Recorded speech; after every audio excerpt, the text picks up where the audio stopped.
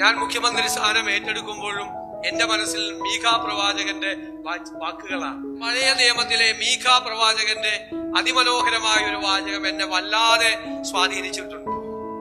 മനുഷ്യ, നല്ലതെന്തെന്ന് നിനക്ക് അവൻ തോന്നിപ്പിച്ചിരിക്കുന്നു. ദയാപരമായി പ്രവർത്തിക്കാൻ, ന്യായം പ്രവർത്തിപ്പാനും ദയാപരനായി ഇരിപ്പാനും ദൈവത്തിന്റെ സന്നിധിയിൽ താഴ്മയോടുകൂടെ നടപ്പാനുമല്ലാതെ യഹോവ നിന്നോട് എന്താണ് ചോദിക്കുന്നത് എന്നാണ് മീഖാ പ്രവാചകൻ പറയുന്നത്.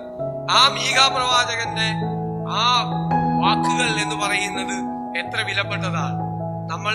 ഞാൻ മുഖ്യമന്ത്രി സ്ഥാനം ഏറ്റെടുക്കുമ്പോഴും എന്റെ മനസ്സിൽ മീഖാ പ്രവാചകന്റെ വാക്കുകളാണ്. ന്യായം പ്രവർത്തിപ്പാൻ, ദയാപരനായിരിക്കാൻ, ദൈവത്തിന്റെ സന്നിധിയിൽ താഴ്മയോടുകൂടി നടക്കാൻ. അപ്പോഴാണ് നമ്മൾ പാവപ്പെട്ടവന്റെ സങ്കടം കാണുന്നത്, കണ്ണീര് കാണുന്നത്, ജീവിതത്തിന്റെ കഥനകഥകൾ കേൾക്കുന്നത്. ആ കണ്ണീരൊപ്പാൻ, അവന്റെ ജീവിതത്തിലെ സങ്കടങ്ങൾ മാറ്റാൻ, അവനെ ഹൃദയത്തോട് ചേർത്ത് നിർത്താൻ നമ്മളെ പ്രേരിപ്പിക്കുന്നത് നമ്മളിലുള്ള നമ്മുടെ ദൈവവിശ്വാസമാണ്.